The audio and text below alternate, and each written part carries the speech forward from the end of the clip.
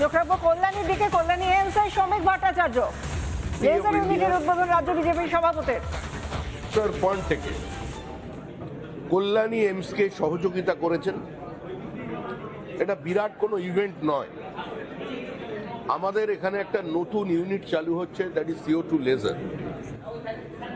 স্কিনের বিভিন্ন ডিপ স্কার, বিভিন্ন দাগ ক্ষত হয়ে যাওয়া, সেগুলোকে রিপেয়ার করার কাজে, এবং বিভিন্ন জায়গায় যেখানে অন্যভাবে অ্যাক্সেস করা যায় না, ENT যারা সার্জন আছেন অঙ্কোলজি ডিপার্টমেন্টের, সেখানেও কান, নাক এবং দুটো কানের মাঝখানের বিভিন্ন জায়গায় গ্রোথ, টিউমার, এই ক্ষেত্রে এই মেশিনটি বিশেষ উপযোগী।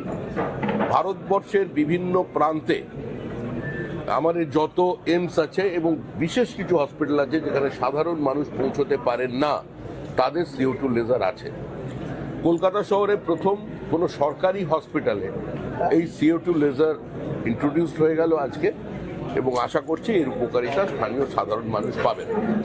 আপনারা জানেন এখানে কত সালে এমস তৈরি হয়েছে, এরপরেও পশ্চিমবঙ্গে আরেকটি এমস হবে, কিন্তু পুরোপুরি অপারেশনাল করতে কোনো এমসকে 10 থেকে 12 বছর সময় লেগে যায়।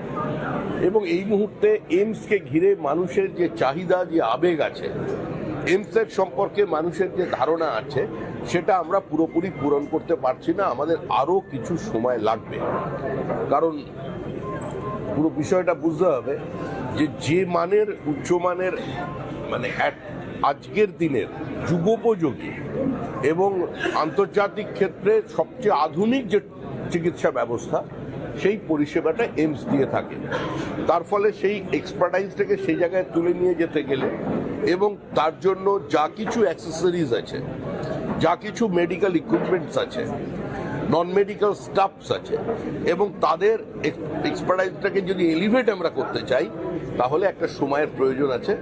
কিন্তু আমরা বিশ্বাস করি দেশের প্রধানমন্ত্রী নরেন্দ্র মোদীর নেতৃত্বে আজকে সারা ভারতবর্ষে যেভাবে চিকিৎসা পরিষেবার, সরকারি চিকিৎসা পরিষেবার ক্ষেত্রে একটা যুগান্তকারী পরিবর্তন আসছে, সেটা আমরা দেখব। এমনিতেই দক্ষিণ ভারতের ট্রেনের টিকিট পাওয়া যায় না, কারণ কলকাতা এবং পশ্চিমবঙ্গের মানুষরা অধিকাংশই দক্ষিণ ভারতের দিকে চলে যান।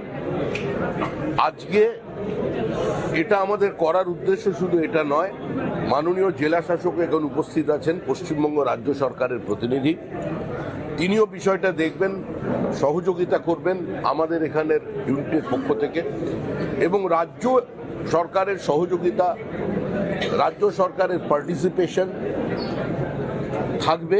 কিন্তু তার সঙ্গে সঙ্গে এমসের যে নিজস্ব স্বাতন্ত্র্য, সেটাও কিন্তু বজায় রাখতে হবে।